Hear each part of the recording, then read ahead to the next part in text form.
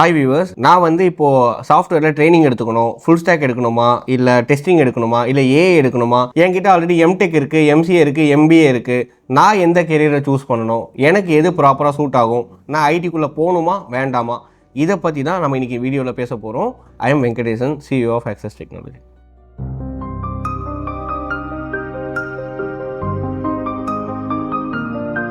Okay, நான் ஒரு நல்ல ஃபுல் ஸ்டாக் டெவலப்பர் ஆகணும். அதுக்கு நான் என்ன ரோட் மேப் ஃபிக்ஸ் பண்ணணும்? ஃபஸ்ட்டு ஃபுல் ஸ்டாக்கில் நம்ம வந்து MERN ஸ்டாக் இருக்குது, மீன் ஸ்டாக் இருக்குது, ஜாவா ஸ்டாக் இருக்குது, அண்ட் தென் பைத்தன் ஸ்டாக் இருக்குது. ஸோ ஜாவா ஸ்டாக், பைத்தன் ஸ்டாக்கு இப்போ எதுவுமே ஸ்டார்ட் பண்ணாதீங்க, ஏன்னா அதெல்லாம் அவுடேட்டட் டெக்னாலஜி ஆகிடுச்சு. Either go with MEAN stack or MERN stock.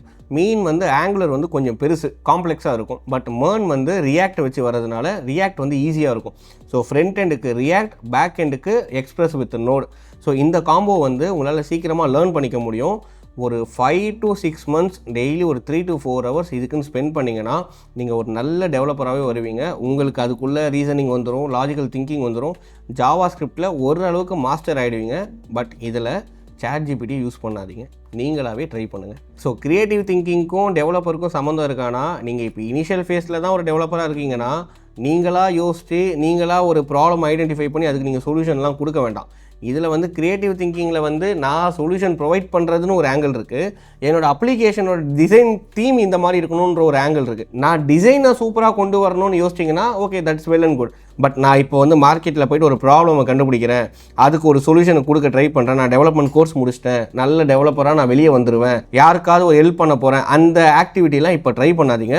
ஒரு ப்ராப்பர் டெவலப்பர் ஆகுங்க, ஒரு 3 to 4 years எக்ஸ்பீரியன்ஸ் ஆகுங்க. மார்க்கெட்டோட நெசசிட்டி, ரெக்குவயர்மெண்ட்ஸை அண்டர்ஸ்டாண்ட் பண்ணவே உங்களுக்கு கொஞ்சம் டைம் எடுக்கும். டெக்னிக்கல் இன்டர்வியூஸில் கான்ஃபிடென்ட்டாக நான் ஹேண்டில் பண்ணணும், டெக்னிக்கல் இன்டர்வியூஸை கிராக் பண்ணணும். சரி, ஆக்சுவலாக இது வந்து 4 to 5 years எக்ஸ்பீரியன்ஸ்டாக இருக்க பீப்புளே வந்து இந்த இடத்துல நர்வஸ் ஆவாங்க. பிகாஸ் இது வந்து லைஃப் அண்ட் கெரியர் சம்மந்தப்பட்ட ஒரு இம்பார்ட்டண்ட்டான டெசிஷன் மேக்கிங் பிளேஸ். அங்கே வந்து நம்ம வேறு ஒரு ப்ராஜெக்ட்ஸில் ஒர்க் பண்ணியிருப்போம், வேறு ஒரு டெக்னிக்கல் ஸ்கில் செட்டில் வச்சுருப்போம், டூல் கிட்ஸில் ஒர்க் பண்ணியிருப்போம். பட் இன்டர்வியூ கொஷின்ஸில் வரவங்க அவங்க ப்ராஜெக்ட் என்ன டெக் ஸ்டாக்ல ஒர்க் ஆகுதோ அதை பேஸ் பண்ணி அதுக்கு ஓரியன்டாகவே கொஷின்ஸ் கேட்பாங்க. இதில் வந்து நம்மளுக்கு ஆன்சர் பண்ணுறது கொஞ்சம் ஸ்ட்ரகிள் ஆகும். ரெண்டாவது, அவங்க கேட்குற கொஷின்ஸில் சில கொஷின்ஸ் வந்து பேசிக் கொஷின்ஸ் இருக்கும், அதாவது தியரிட்டிக்கல் ஓரியன்ட் கொஷின்ஸ் இருக்கும். நம்ம வந்து ப்ராக்டிக்கலாக ஒர்க் பண்ணியிருப்போம், அந்த ப்ராக்டிக்கலை வச்சு நம்ம ஆன்சர் பண்ண முடியும். பட் அவங்க ப்ராஜெக்ட் ஓரியன்ட் கொஷின்ஸுக்கு போயிட்டாங்கன்னா அது நம்மளால ஆன்சர் பண்ண முடியாது. அதுவுமே நம்ம கரிக்குலமில் இருக்கும், பட் நம்ம அந்த பார்ட்டில் ஒர்க் பண்ணாமல் நம்ம வேறு பார்ட்டில் ஒர்க் பண்ணியிருப்போம். அதனால நம்மளுக்கு எக்ஸ்பீரியன்ஸ் இல்லைன்னு அவங்களால சொல்ல முடியாது. பட் அவங்க என்ன சொல்லி ரிஜெக்ட் பண்ணுறாங்கன்னா, இல்லை இவரோட எக்ஸ்பீரியன்ஸ் வந்து நம்ம ப்ராஜெக்ட் சூட் ஆகலை அப்படின்னு சொல்லி நம்ம ரிஜெக்ட் பண்ணுறாங்க. இதுக்கு என்ன பண்ணணும்னா அவங்களோட ஜாப் டிஸ்கிரிப்ஷனை கம்ப்ளீட்டாக அண்டர்ஸ்டாண்ட் பண்ணிடணும். அந்த கம்பெனியோட ப்ராஜெக்ட்ஸ் எந்த மாதிரி இருக்குன்னு ஃபஸ்ட்டே பார்த்துக்கணும். அதை பார்த்துட்டிங்கன்னா இந்த மாதிரி கம்பெனிஸ் இந்த கிளைண்ட்ஸை தான் ஹேண்டில் பண்ணுறாங்க. ஃபார் எக்ஸாம்பிள், சில கம்பெனிஸ் வந்து அனலிட்டிக்கல் பேஸ்டு கம்பெனிஸாக இருக்கும், பேங்கிங் பேஸ்டு கம்பெனிஸாக இருக்கும், இன்சூரன்ஸ் பேஸ்டு கம்பெனிஸாக இருக்கும், ஹெல்த் கேர் பேஸ்டு கம்பெனிஸாக இருக்கும். அதுக்கான ப்ராஜெக்ட்ஸை ஒரு 2-3 நம்மளுக்கு கிட்டப்லேயே வந்து டைரக்ட் ப்ராஜெக்டோட ஓப்பன் சோர்ஸ் கிடைக்கும். அதை எடுத்து ஒரு வாட்டி கோ த்ரூ பண்ணுங்கள், அந்த கோட் பேஸை கோ த்ரூ பண்ணுங்கள். என்னென்ன டெக் ஸ்டாக் எங்கெங்கே யூஸ் பண்ணியிருக்காங்க பாருங்கள், என்னென்ன லாங்குவேஜ் யூஸ் பண்ணியிருக்காங்கன்னு பாருங்கள். அதை பார்த்துட்டு போனாலும் உங்களால் கிளியர் பண்ண முடியும். சார், நான் கம்ப்ளீட்டாகவே ஃப்ரெஷர், நான் இப்போ ஒரு கோர்ஸ் எடுத்து லேர்ன் பண்ணியிருக்கேன், என்னால் போயிட்டு ஒரு டெக்னிக்கல் இன்டர்வியூ கிராக் பண்ண முடியும், டெஃபினட்டாக உங்களால் கிராக் பண்ண முடியாது. இப்போது இதை நான் எப்படி வந்து சொல்யூஷன் கொண்டு வருது? என்னால் இன்டர்வியூ கிராக் பண்ண முடியல அப்படின்னா நான் எப்படி அந்த டெக்னிக்கல் இன்டர்வியூவை கிராக் பண்ணுறதுன்னா, ரியல் டைம் ப்ராஜெக்ட் எக்ஸ்போஷர் வேணும். ஆல்ரெடி இண்டஸ்ட்ரியில் ஒர்க் பண்ணுற ஏதோ ஒரு பர்சன் கிட்ட கொஞ்ச நாள் ஷேடோ பண்ணுங்கள், அவரை மென்டாராக எடுத்துக்கோங்க, என்ன மாதிரி ப்ராஜெக்ட் பண்ணுறாருன்னு பாருங்கள். அந்த ப்ராஜெக்ட்டில் ஒரு 2-3 module end to end learn பண்ணிக்கோங்க. அப்படி இல்லையா, ரியல் டைம் ப்ராஜெக்ட் என்னால் எங்கேயுமே கிடைக்கல, எனக்கு டெக்னிக்கல் இன்டர்வியூ கிராக் பண்ணவே முடியல அப்படின்னா தாராளமாக ஆக்சஸை காண்டாக்ட் பண்ணுங்கள். உங்களுக்கு இங்கேருந்து டெக்னிக்கல் எக்ஸ்போஷர் கிடச்சிரும், ரியல் டைம் ப்ராஜெக்ட் எக்ஸ்போஷர் கிடச்சிரும், டெக்னிக்கல் இன்டர்வியூஸை எப்படி அப்ரோச் பண்ணணுன்ற ஐடியாவும் கிடச்சிரும், உங்களுக்கு டெஃபினட்டாக ஆஃபருமே கிடச்சிரும். இப்போது நான் வந்து ஒரு ஃப்ரெஷர், நான் எம்என்சிக்கு போகலாமா, ஸ்டார்ட் அப் போகலாமா? இது ஃப்ரெஷருக்குன்னு இல்லை, ஜென்ரிக்காகவே நிறைய பேருக்கு இருக்க டவுட்ஸ். சில பேர் ஸ்டார்ட் அப்பில் இருப்பாங்க, அவங்க எம்என்சிக்கு வர ட்ரை பண்ணுவாங்க. சில பேர் எம்என்சியில் இருப்பாங்க, அவங்களுக்கு அடுத்த எம்என்சி கிடைக்காம ஸ்டார்ட் அப் தான் கம்பெனிஸ் வருது, Tier 2 கம்பெனிஸ் தான் வருது, எதை சூஸ் பண்ணலான்னு டவுட்ஸ் கேட்பாங்க. ஆக்சுவலாக எம்என்சிஸில் போனீங்கன்னா உங்களுக்கு லேர்னிங் கர்வ் வந்து பெருசாக இருக்காது, பெருசாக லேர்ன் பண்ண மாட்டீங்க. பட் ஸ்டார்ட் அப்பில் ரொம்ப நேரம் ஒர்க் பண்ணுவீங்க, டைட் ஷெடியூல்ஸ் இருக்கும், நிறைய லேர்ன் பண்ணிப்பீங்க. எப்போவுமே நம்மளோட ஸ்கில்லுக்கு மட்டும்தான் வேல்யூ இருக்குது. இந்த ஸ்கில் எங்கேருந்து கிடைக்கும்னா ஸ்டார்ட் அப்ஸ்லேயும் சின்ன கம்பெனிஸ்லேயும் தான் அந்த ஸ்கில் கிடைக்கும். இந்த ஸ்கில்லை டெவலப் பண்ணிங்கன்னா லேட்டர் பீரியடில் அது உங்களுக்கு மணியாக மாறிடும், உங்களுக்கு நல்ல டெசிக்னேஷன் கிடைக்கும், நீங்களே வந்து ஒரு நல்ல ஸ்டார்ட் அப் கிரியேட் பண்ணிடுவீங்க. ஸோ எனக்கு வந்து மொபைல் அப்ளிகேஷன்ஸ் பண்ணுறதுக்கு பிடிக்கும், கேமிங் அப்ளிகேஷன்ஸ் பண்ணுறது பிடிக்கும். அதை வச்சு என்னோட கெரியரை ஃபார்ம் பண்ணி மணி மேக் பண்ண முடியுமா? ஆக்சுவலாக மொபைல் அப்ளிகேஷன்ஸை டேரெக்டாக ப்ராம்ப்ட்லேருந்தே கிரியேட் பண்ணுறதுக்கு நிறைய ஏஐஸ் இருக்குது. வெப் அப்ளிகேஷன்ஸை கிரியேட் பண்ணுறதுக்கும் ஏஐஸ் இருக்குது. பட் மொபைல் அப்ளிகேஷனை எப்படி கிரியேட் பண்ணணும், அதோட எண்ட் யூசர்ஸ் யார், யூஐ/யூஎக்ஸ் எப்படி இருக்கணும், ப்ளே ஸ்டோர் அண்ட் ஆப் ஸ்டோரில் இந்த கம்ப்ளைண்ட்ஸஸ்லாம் அது மீட் ஆகுதான்னு செக் பண்ணணும். இந்த மாதிரி எல்லாத்தையும் பார்த்துட்டு நீங்கள் மொபைல் அப்ளிகேஷன் டெவலப் பண்ணி கொண்டு வந்தாலும், கேம் அப்ளிகேஷன் டெவலப் பண்ணி கொண்டு வந்தாலும் டெஃபினட்டாக உங்களுக்கு அதில் கெரியர் இருக்கும். அடுத்து முக்கியமான டொமைன் வந்து சைபர் செக்யூரிட்டி. ஸோ இந்த செக்ஆப்ஸ்னு ஒரு டொமைன் இருக்குது, செக்யூரிட்டி ஆப்ரேஷன்ஸ். ஓகே, இதுவும் சைபர் செக்யூரிட்டி வந்து ஹேண்ட் இன் ஹேண்ட் போகும் எப்போவுமே. இந்த ஏரியா, இந்த ரீஜன் வந்து இந்தியாவில் பெருசாக டேப் ஆகாமல் இருக்குது. பட் இது வந்து ரொம்ப ஒரு வைட்டல் பிளேஸ். இந்த சைபர் செக்யூரிட்டி லேர்ன் பண்ணிவிட்டு உள்ளே போகிறதுக்கு நம்மளுக்கு ஃபஸ்ட்டு வந்து CCNA CCNP வேணும். அண்ட் தென் சைபர் செக்யூரிட்டியில் பர்ப் சூட்டில் ஒர்க் பண்ணணும், வெவாஸ்ப் தெரியணும், அதாவது வல்னரபிலிட்டிஸில் ஒர்க் பண்ண தெரியும். அதுக்கப்புறம் நம்ம ஆப்ஸ்க்கு போகணும், விச் இஸ் டெவாப்ஸ்க்கு போகணும். ஒரு க்ளவுடாச்சும் நம்மளுக்கு வேணும், either AWS or Azure or Google. இதுக்கப்புறம் நம்ம செக்ஆப்ஸ்க்கு போகணும். இந்த ரெக்குயர்மெண்ட்டுக்கு நீங்கள் ஒரு 2 to 3 years ஒரு ஸ்டார்ட் அப்லேயோ இல்லை ஒரு Tier 2 கம்பெனியில் ஒர்க் பண்ணிட்டு வெளியே வந்தாலே MNCயில் 60 lakhs அபோவ் கொடுத்து எடுக்கிறதுக்கு என்கிட்டயே நிறைய ஓப்பனிங்ஸ் இருக்குது. ஃப்ரெஷர்ஸ் டேரெக்டாக சைபர் செக்யூரிட்டியில் என்ட்ரி ஆகலாம், தாராளமாக என்ட்ரி எடுக்கலாம். ஜோகோலுமே அதை வந்து என்கரேஜ் பண்ணுறாங்க. இந்த மாதிரி நிறைய ப்ராடக்ட் பேஸ்ட் கம்பெனிஸில் சைபர் செக்யூரிட்டிக்கு ஃப்ரெஷர்ஸை எடுக்கிறாங்க. நீங்கள் ஃப்ரெஷராக இருந்தாலும் அவங்களுக்கு என்ன தேவையோ அந்த ஸ்கில் செட் மட்டும் உங்ககிட்ட இருக்கான்னு மட்டும் பார்த்துக்கோங்க, அது போதும். மாஸ்டர் டிகிரிஸ், நான் எம்டெக் முடிச்சிருக்கேன், MCA முடிச்சிருக்கேன், இது வந்து ஐடியில் ஏதாவது பூஸ்ட் பண்ணும். சரி, உங்களோட மாஸ்டர் டிகிரிஸ் வந்து எந்த விதத்துலையும் உங்களோட கெரியரை வந்து பூஸ்டே பண்ணாது. எனக்கு ஒரு பேஸ் ப்ரொஃபஷனல் டிகிரி வச்சுருந்தா போதும். ஈவன் டிப்ளமோ வச்சுருந்தா கூட உங்ககிட்ட வந்து ஒரு 3 to 4 years எக்ஸ்பீரியன்ஸ் இருந்தால் அதை ஐடியில் நல்ல மணி மேக்கிங் கெரியராகவே நம்மளால் ட்ரான்ஸ்ஃபார்ம் பண்ணிக்க முடியும்.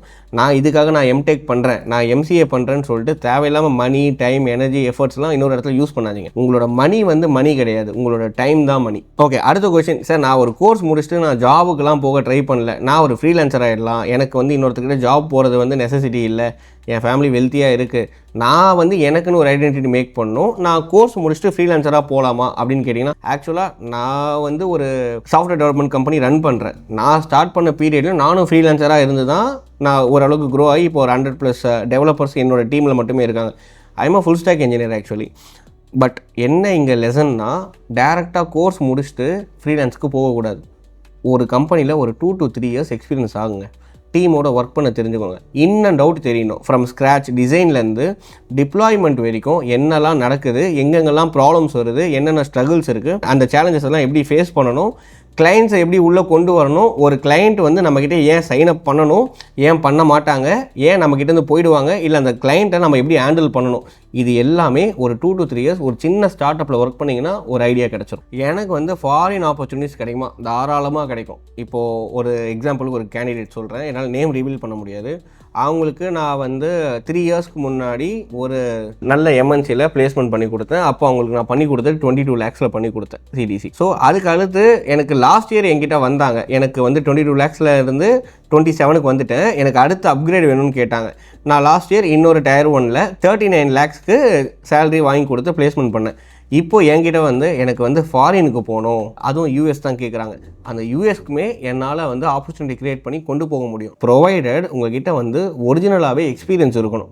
ஸ்கில்டாக இருந்தால் தான் நீங்கள் ஃபாரின் கண்ட்ரீஸில் போய் உங்களால் ஸ்டெபிளாக சஸ்டெயின் பண்ண முடியும். ஏன்னா இந்தியாவை விட ஃபாரின் கண்ட்ரீஸ் வந்து இண்டஸ்ட்ரியில் வந்து ஹகேடாக இருக்காங்க 10 to 15 years. அங்கே போய் நம்ம ஸ்கில் செட்டை வந்து இங்கே இருக்க ஸ்கில் செட்டை வச்சு அங்கே போய் நம்மளால் மேட்ச் பண்ணிக்க முடியாது. ஸோ அங்கே இருக்கிறதுக்கு ரெடி ஆகிற மாதிரி நீங்கள் எக்ஸ்பர்டீஸ் வச்சுருந்தீங்கன்னா தாராளமாக உங்களை அப்ராடில் ப்ளேஸ் பண்ண முடியும். UAE, சிங்கப்பூர், US இங்கே எல்லாமே மார்க்கெட் நல்லா இருக்குது. இப்போது அடுத்த செட் ஆஃப் பீப்புள் வந்து நான் வந்து ஸ்டாக்னண்ட்டாக ஒரே இடத்துல இருக்கேன், எனக்கு வந்து சேலரிலையும் பெரிய க்ரோத் இல்லை, டெக்னாலஜிலையும் பெரிய க்ரோத் இல்லை, என் கம்பெனி ஆனால் எனக்கு கம்ஃபர்டபுளாக வச்சுருக்கு, எனக்கு ஒரே சேலரியில் வச்சுருக்கு, பட் என்னை பெருசாக எந்த வேலையும் வாங்க மாட்டுறாங்க, எனக்கு லே ஆஃப் ஆகிறோன்ற பயமும் இல்லை, பட் என்னென்னா நான் க்ரோ ஆகலை. ஆக்சுவலாக இது வந்து ஒரு ஸ்லோ, சரிங்களா? இந்த கம்பெனி எப்போ உங்களை வெளியே அனுப்புதோ அப்போது உங்ககிட்ட எந்த ஸ்கில் செட்டும் இருக்காது. ரெண்டாவது CTCயும் பெருசாக வச்சுருக்க மாட்டீங்க.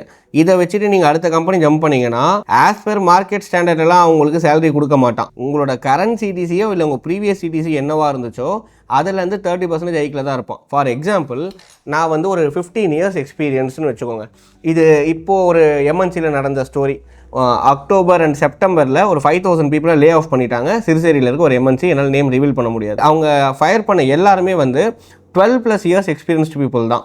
அதில் ஒரு 4 to 5 பீப்புள் வந்து நம்மக்கிட்டேயே வந்து சர்வீஸ் எடுத்து பிளேஸ்மெண்ட் ஆகி போயிருக்காங்க. அந்த சினாரியோட என்ன இருக்குன்னா, அவங்க லாஸ்ட் 6 to 7 இயர்ஸாக ஒரே டெக் ஸ்டாக்கில் மெயின்டெனன்ஸ் ப்ராஜெக்ட்லேயே சப்போர்ட் ப்ராஜெக்ட்லேயே உட்காந்துட்டாங்க. அவங்கள வந்து நீ அந்த ப்ராஜெக்ட்டுக்கு மூவ் ஆகிக்கோன்னு சொல்லி கம்பெனியும் சஜஸ்ட் பண்ணலை. இவங்களும் அடுத்த டெக் ஸ்டாக்கை லேர்ன் பண்ணி இன்னொரு ப்ராஜெக்ட்டுக்கு மூவ் ஆகலை. எனக்கு இந்த டீம் கரெக்டாக இருக்குது, எனக்கு இந்த ப்ராஜெக்ட் கம்ஃபர்டபுளாக இருக்குது, டைமிங் கம்ஃபர்டபுளாக இருக்குன்னு சொல்லிட்டு உட்காந்துட்டாங்க. சடனாக ஒன் டே எனக்கு வந்து நீங்கள் வந்து டெட்வுட், உங்களை வச்சு எனக்கு ரெவன்யூ ஜென்ரேட் பண்ண முடியல, அது சப்போர்ட் ப்ராஜெக்ட்டில் எனக்கு வந்து இவ்வளோ தான் பட்ஜெட் இருக்குன்னு சொல்லிட்டான், அதனால் நான் உங்களை லே ஆஃப் பண்ணுறேன்னு சடனாக ஒரே நாளில் கூப்பிட்டு லே ஆஃப் பண்ணிட்டாங்க வித்தவுட் நோட்டீஸ். இப்போ இவங்க இங்கே வரும்போது அவங்க 12 இயர்ஸ் எக்ஸ்பீரியன்ஸ், பட் 18 lakhs தான் சிடிசி, 18 lakhs தான் சேலரி வாங்கிட்டு இருக்காங்க. ஆக்சுவலாக நாங்கள் இப்போ இருக்க பீரியடில் 5 இயர்ஸ் எக்ஸ்பீரியன்ஸ் இருந்தாலே 15 lakhs சிடிசி ஹோல்டு பண்ணிகிட்ருக்கோம். இப்போ இவங்க வந்து 12 இயர்ஸ் எக்ஸ்பீரியன்ஸுக்கு 18 lakhs தான் CTC. As per market norms வந்து 35 to 38 lakhs வாங்க முடியும். பட் இவங்க போகிற அடுத்த கம்பெனிஸில் நீங்கள் ஆல்ரெடி வச்சுருக்கிறது 18 lakhs தான், அதில் 30% ஹைக் வந்து அவ்வளோதான் நாங்கள் ப்ரொவைட் பண்ணுவோம், 23 ப்ரொவைட் பண்ணுறோம், 24 ப்ரொவைட் பண்ணுறோம் தான் கொடுக்குறாங்க. பட் இதுவே அவங்க மார்க்கெட்டோட மூவ் ஆகிருந்தாங்கன்னா, எவ்ரி 3 இயர்ஸ்க்கோ 4 இயர்ஸ்க்கோ ஒரு ஸ்விட்ச் பண்ணியிருந்தாங்கன்னா இந்நேரத்துக்கு அவங்க 50 to 60 lakhs மூவ் ஆகிருப்பாங்க. ஸோ நான் வந்து 8 இயர்ஸாக இருக்கேன், 10 இயர்ஸாக இருக்கேன், கெரியர் வந்து எனக்கு க்ரோவே ஆகலை, நான் ஸ்டாக்னண்ட்டாக இருக்கேன், பட் ஐ எம் ஹாப்பி அப்படின்னு இருந்து, இல்லை நான் இப்போ ரிஸ்க் எடுக்க ரெடி, நான் வந்து கஷ்டப்படவும் ரெடி, எனக்கு அடுத்த ஃப்யூச்சர் வேணும் அப்படின்னா அதுக்கும் டேரெக்டாக கான்டாக்ட் அஸ்.